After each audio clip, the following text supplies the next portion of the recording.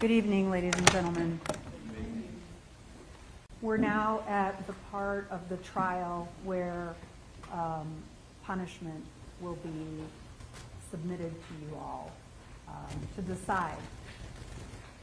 We talked about consequences throughout the course of this jury trial. You all know that Janae has suffered permanent, lifelong consequences. She has lost her legs. Her injuries from her pelvis down are massive. Her life will be forever changed because of the defendant's reckless conduct. Her consequences for his actions are extreme. Now you have to consider what the defendant's consequences should be for his actions. You're going to hear some statements from Janae, from Janae Edmondson, from Janae's siblings, and her father, talking about the impact that the defendant's reckless conduct had on their entire family, and especially on Janae. Now, the siblings are in Tennessee, so they can't be here in person. However, they have submitted a statement in writing that I'm going to read to you. Okay? The statement reads, "We appreciate the opportunity to submit this impact statement to the court on behalf of our sister, Janae. Before we address the event that has brought everyone here today, we wanted to give a brief background. Janae is the youngest sibling and the glue that holds this family together. She is selfless, loving, passionate, hardworking, and most importantly, forgiving. She's dedicated to her academic and athletic success. She sets the highest example of a true student athlete for her nieces and nephew. When we received the news of this tragedy, our hearts were shattered. We couldn't understand fully what had happened. We just watched her play a basketball game on Friday night. She just committed for a volleyball scholarship. She's helping her coach her niece's rec league basketball. How does this happen to her?" The tears and hurt didn't stop when the phone call ended. It continued. It continued when we received phone calls. It continued when we saw video footage of the car flipping out of control. It continued when every news station was messaging us to get statements. It continued when we packed the car and drove to St. Louis. It was worse when we walked in and saw fully the results of another person's recklessness.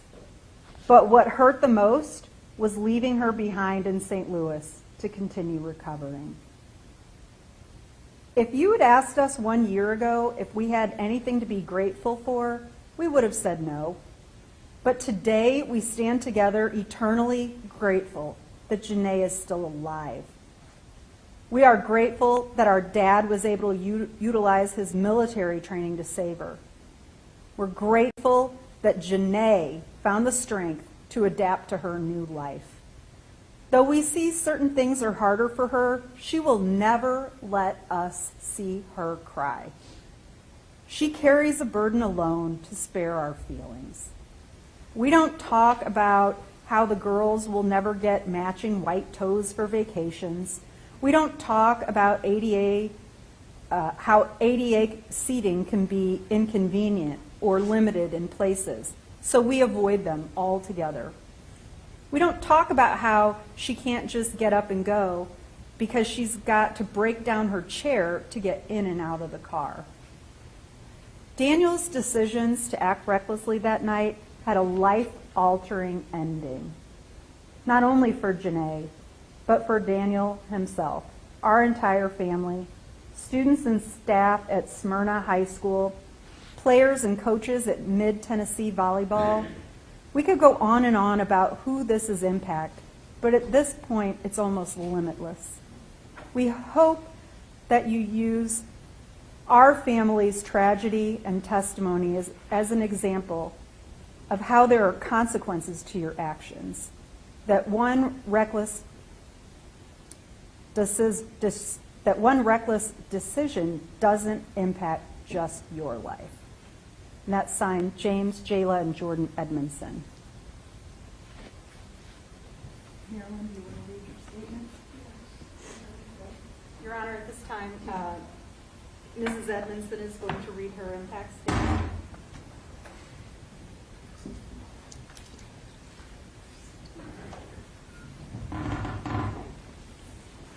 Hi.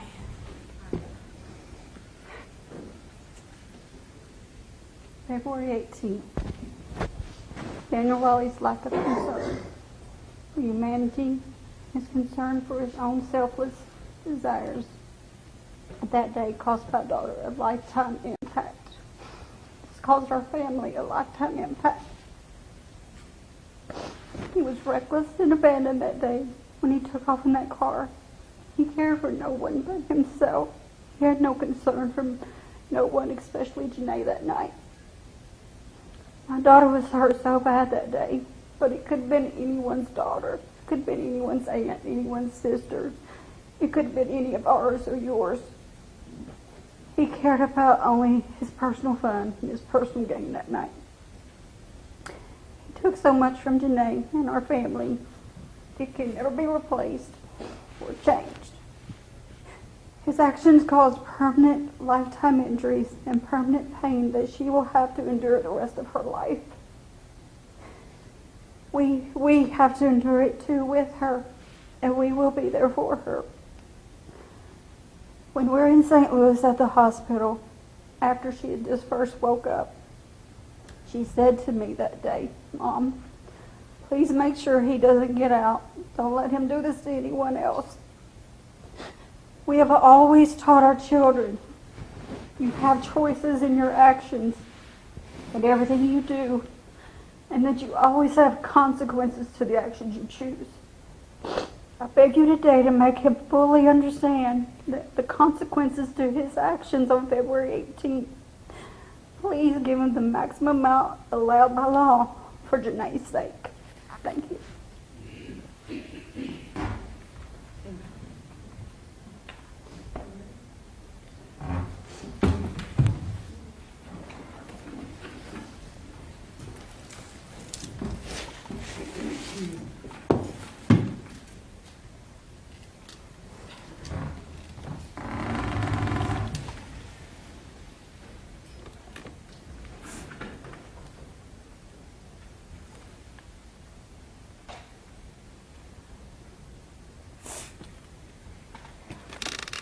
Every moment of every day of my life has been altered by the crash from February 18, 2023. Not just my new physical limitations, but my emotional and mental health as well. While some of this has given me a new and positive perspective in areas of life, the drastic changes have caused so much pain, grief, and constant challenges. I went from being able to do little things that I took for granted every day to not being able to do them at all. I'm currently relearning how to walk, sit down, and even stand up. Some things that used to be so simple, like taking a shower, I have to adjust.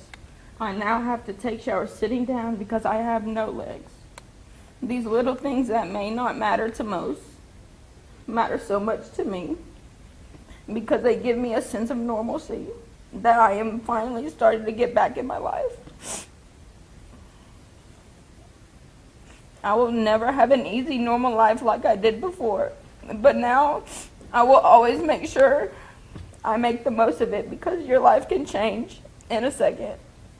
I pray that no family and nobody has to ever endure what me and my family have gone through. I wake up in the morning every day and I'm immediately reminded of what happened. And I never want anyone to experience the pain, the sadness, and the helplessness I felt. But one positive I have gained from this journey is my faith in Jesus. Because of this terrible thing that has happened to me, I finally found a fulfilling love and happiness I've been longing for in my life.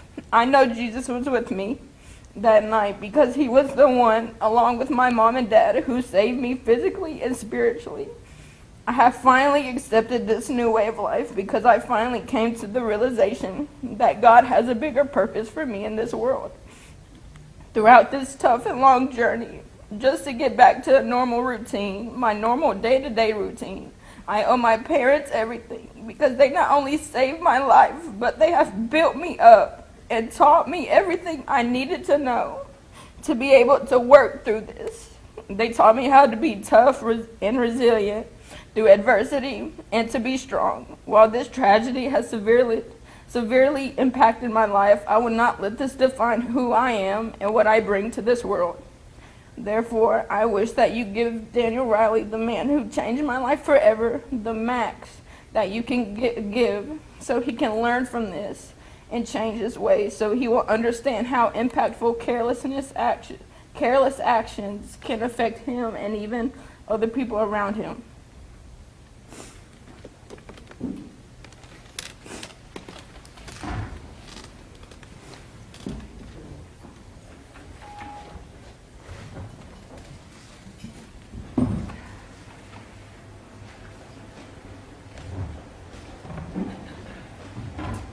Good evening, everyone. It has been a long week, and I just want to echo exactly what Francine and Janae have said about the pain that Daniel caused us for the rest of our lives. Mr. Riley knew when he had a consequence of what the action that he did that night. He had no regard for human life that day.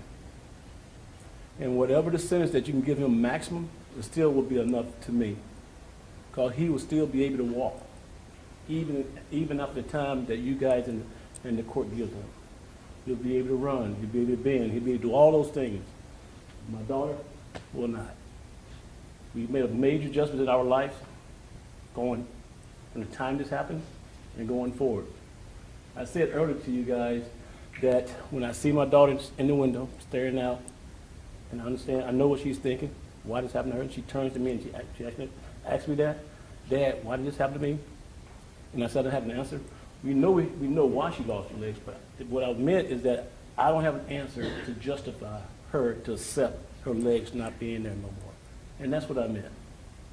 And he deserved every year that you guys can give him. And again, he knew when he put his foot on that accelerator. He knew when he accelerated. He knew he was approaching that intersection. He knew all these things, but he had no conscience at that point. No regard for human life. It could have been any of us. So I'm asking you to give him the maximum time required by law. And as I mentioned earlier, even that time served is not enough for me because he will be able to walk and do all the things he can do that he can do right now. So please give him the maximum sentence that you possibly can for under the law for the action that he did and caused the pain to my daughter and to us for the rest of our lives. Thank you.